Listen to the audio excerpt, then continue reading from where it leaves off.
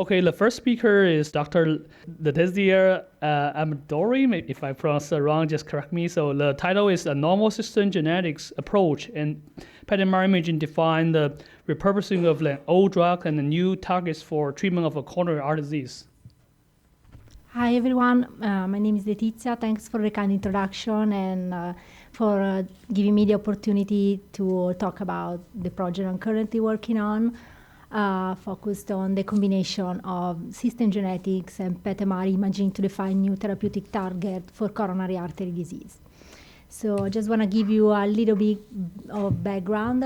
So coronary artery disease due to atherosclerosis is the main cause of morbidity and mortality worldwide. And the atherosclerotic plaque formation is due to the accumulation in the arterial wall of lipids and cells like monocyte-derived macrophages who tend to engulf lipids in the form of cholesterol ester, becoming the so-called foam cells, which are present throughout all the process, and this process is called foam cell formation. Despite optimal standard care of treatment with lipid-lowering statin in clinics, mortality rate due to myocardial infarction and stroke by atherosclerosis is still very high. So there is an urgent need to develop novel strategy and to try to find new target and novel compound to reduce cardiovascular mortality.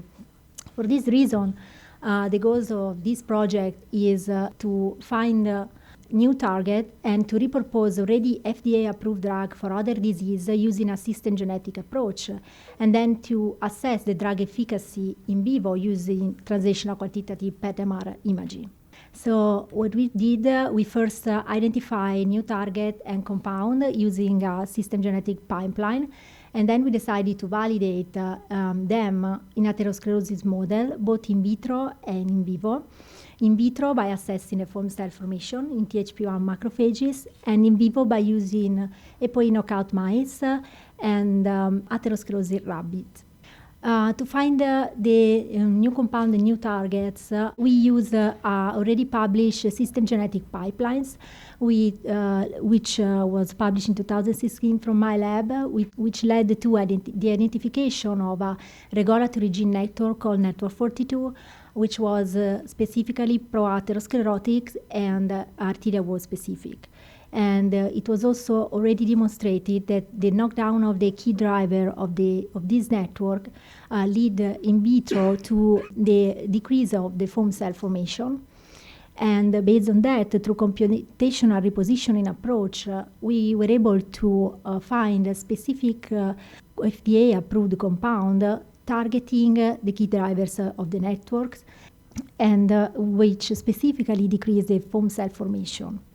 So we came up with a top list of compounds, which we decided to validate first in vitro in THP1 macrophages, in which you are able to quantify the foam cell formation and quantify the accumulation of cholesterol ester inside the foam cells.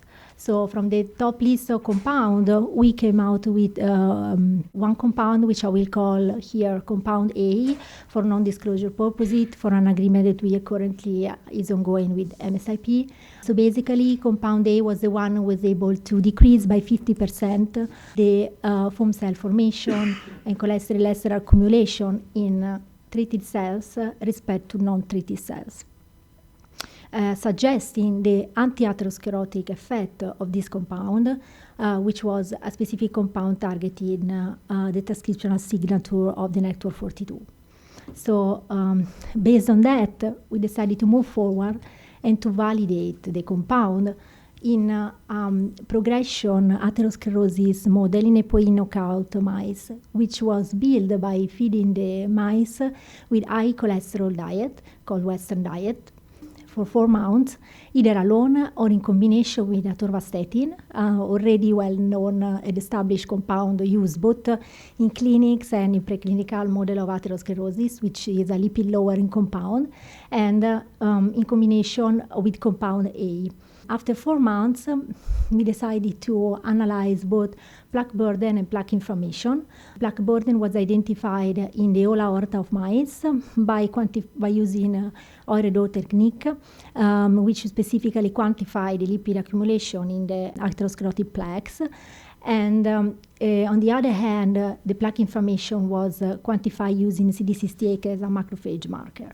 So what we found out is that compound A is able to decrease both plaque burden and plaque inflammation in compound A treated mice respect to Western diet feeded mice. Again, suggesting anti-atherosclerotic effect of this compound.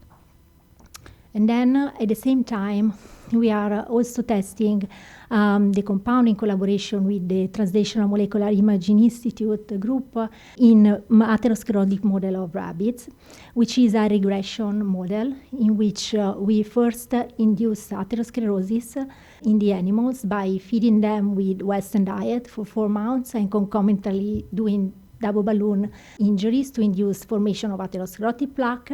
And once the atherosclerosis form, we treat the rabbits either with Western diet alone or in combination with atorvastatin or compound 8 for 3 months.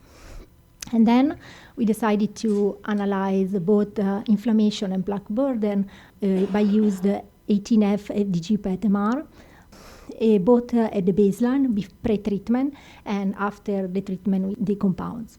And these are only preliminary data because this study is still ongoing. We haven't analyzed all the rabbits that we have still ongoing.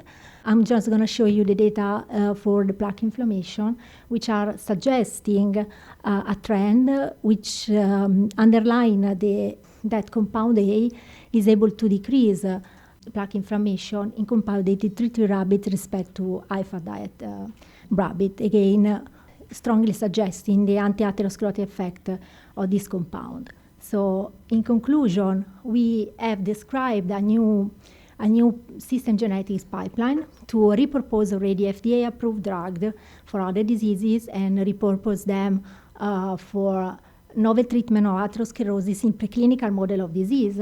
This way, try to accelerate the translation of already existing drug into the clinical practice.